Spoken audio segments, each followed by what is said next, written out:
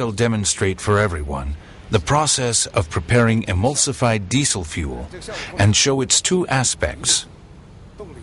One aspect is increased energy, and the other is reduction of exhaust gases.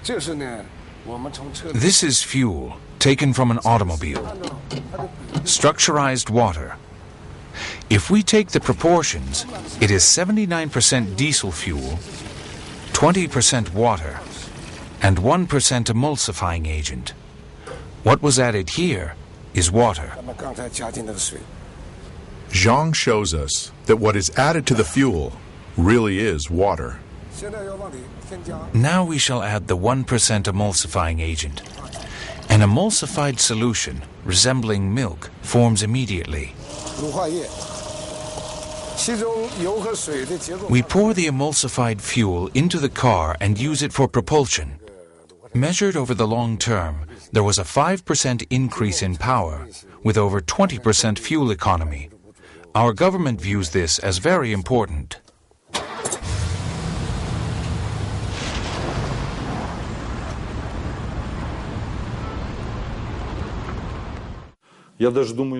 I think that not even all chemists remember this aspect.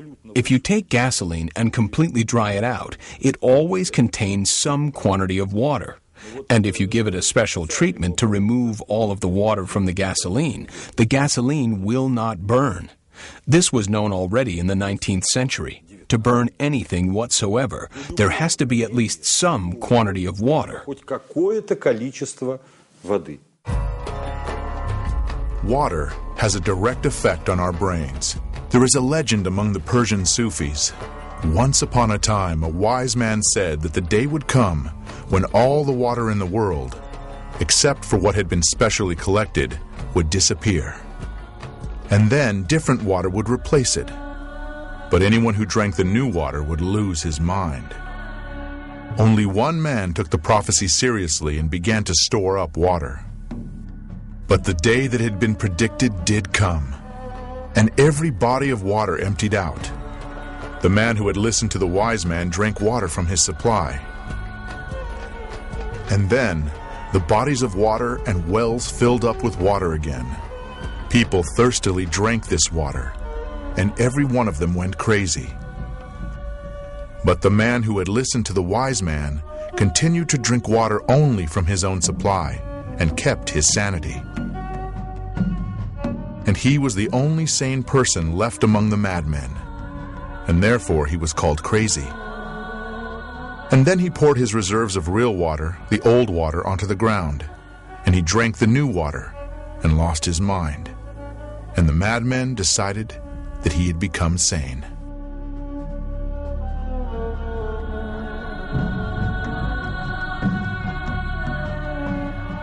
A major part of our brains are water. So the water and the easy movement of the water molecules and so on will leave part of that imprint. So yes, to some extent, the water is implicated in the patterning of the information in the brain. Now when you look at organs, say the heart or the lung or muscles or the brain, then all that you can see in a simple NMR experiment is the water in these organs. The water, your head is full of water. There is nothing else but water, almost. Let's imagine that here we have a human being, and here we have water. This water contains many different types of information. If we introduce this water into the human body, then that human body will assimilate this information, which may change the person's characteristics. Let us see how this type of water affects human blood. The doctor is drawing blood from a patient's finger. Using a special microscope, we shall be able to see the condition of her body from this drop.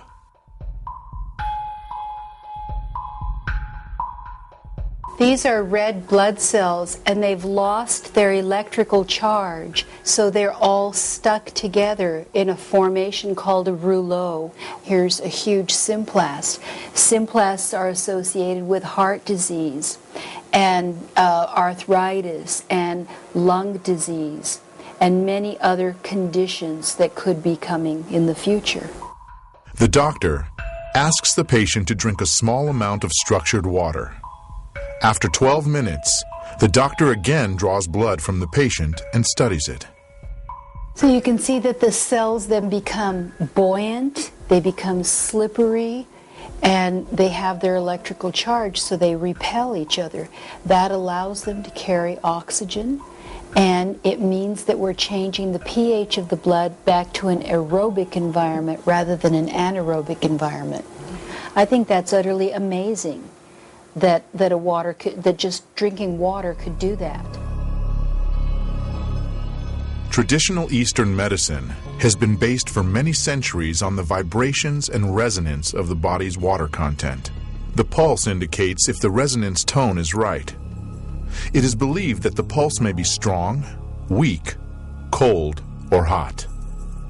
On the basis of this, an experienced physician carries out a kind of energy scan of the body, makes a diagnosis, and prescribes treatment.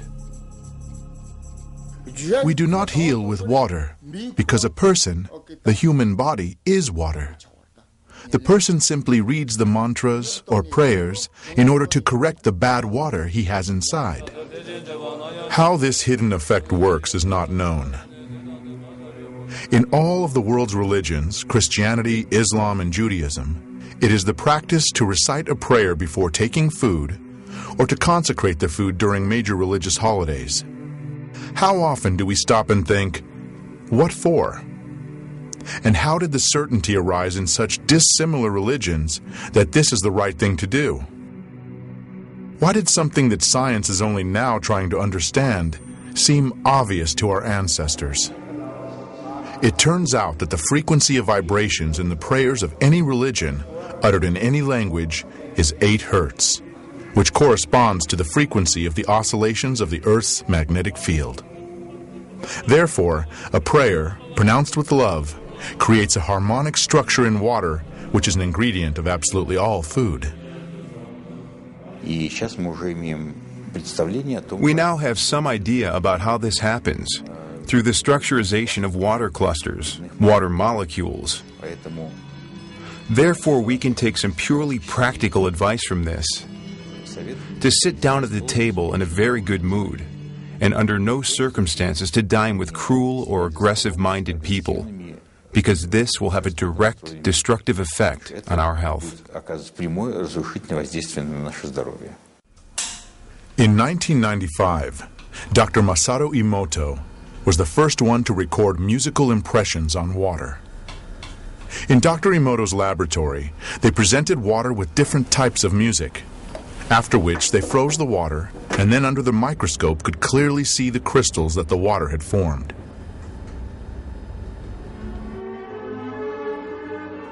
Here is what the music of Bach looks like.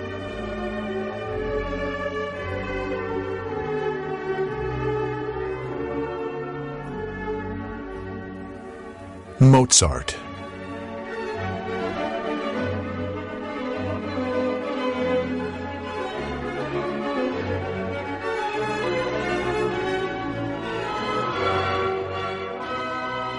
Beethoven.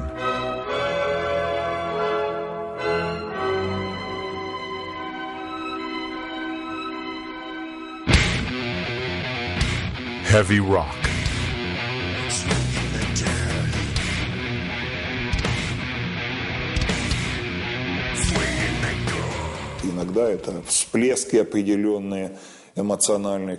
Sometimes it's just certain eruptions, emotional ones, which cause such absolutely negative results.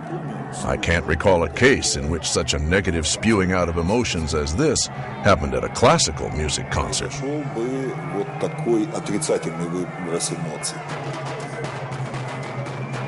Experiments show that aggression causes a sharp change in water's memory. Such water can provoke an aggressive state in hitherto calm people.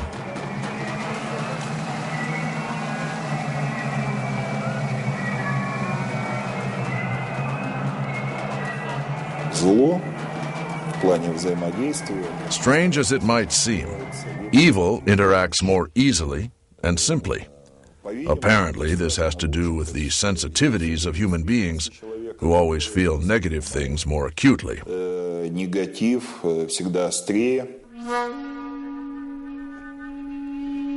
Dr. Emoto conducted another groundbreaking experiment. He placed rice into 3 glass beakers and covered it with water. And then every day for a month he said thank you to one beaker. You're an idiot to the second. And the third one he completely ignored.